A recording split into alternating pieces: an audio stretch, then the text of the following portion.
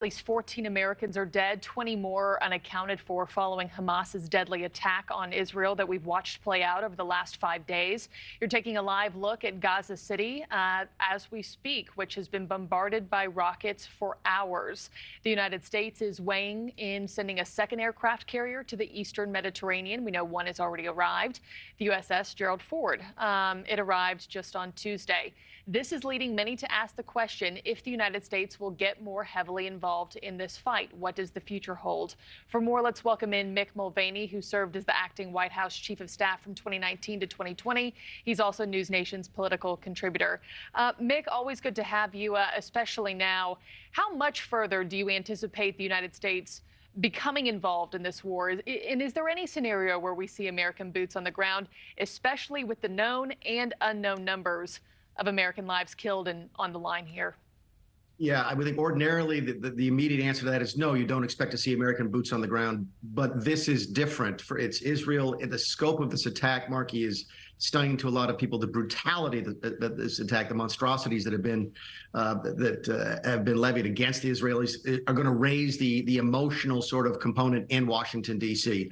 I think the real key here is there's two of them. How long does this engagement go on? We're in day 4 or 5 right now. Is it over in a week or does it last several months? That's question number one. And then question number two is geographically, does it start to expand? Now, there's already some difficulties, not military, but some difficulty, some tension with Egypt over the flow of refugees out of Gaza. I understand as early as this morning, we're reading reports now that there were rockets fired into Israel from Syria.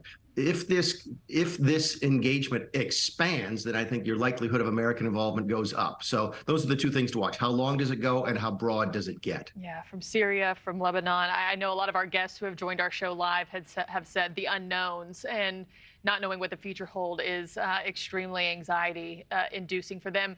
Also, Mick, in the wake of this war in the last 5 days, we've seen a lot of vitriol on social media. We've also seen a lot of silence from people.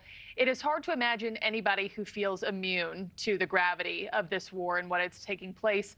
And I think for most of us, even if we don't have family in Israel, we know someone who's Jewish who is broken right now. For those Americans who may be thinking, this war doesn't impact me, this is unfolding thousands of miles from our shores, why should this be a global issue and a top-of-mind issue for all of us and all Americans? It is, and it does, and it should. It concern all Americans for a variety of reasons. I'll give you one. I think we living in the West, living in the United States, think that the rest of the world is sort of like us. And we could never imagine a circumstance where Mexico would invade the Burning Man festival and start killing people.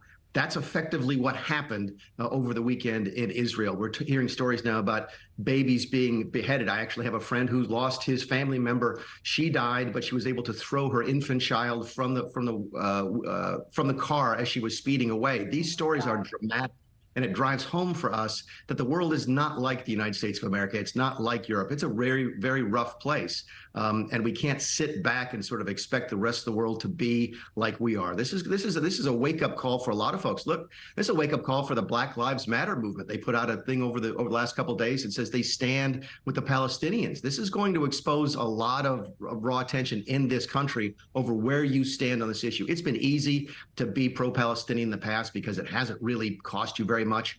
But now when you see what these folks are capable of, this is going to start to drive domestic debate as well as international. Yeah. First of all, my condolences that you have been directly impacted with your family friend. I'm so sorry. And you bring up so many great points, too, which is exactly what we wanted to hit on.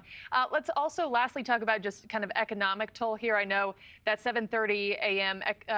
economy report came out. Wholesale inflation just rose 0.5%, which is higher than expected. Oil prices are ticking up amid the violence. Should we expect gas prices to continue to climb while we watch this play out? Well, it's usually a fair assumption to tie gas prices to the price of oil. That's the largest component cost in what you put in your tank. It looks like markets are sort of waiting right now, waiting to see what happens on those first two topics you and I talked about. How long does this go and how broad does it get? If Iran gets drawn into this, What does that do to the price of oil? Where's Russia in all of this? Where's Saudi Arabia? Where are our friends in the Middle East and so forth? So I think the markets are real choppy. The inflation number, Markie, is going to be concerning because it's almost twice what the market expected. They expected 0.3 and they got 0.5. That doesn't sound like very much, but it is nearly twice as much. So there's going to be a lot of discussion now on Wall Street today as to what the Federal Reserve is going to do on interest rates, which affect everything from the cost of your credit cards to the cost of your mortgages. So this is a very tense is not the right word. It's a very choppy situation right now in the markets. Everyone is looking around, trying to figure out what happens next, and no one really knows what's coming tomorrow. Thank you for watching. Go to newsnationnow.com to find NewsNation on your television provider. And don't forget to click the red subscribe button below to get more of NewsNation's fact-driven, unbiased coverage.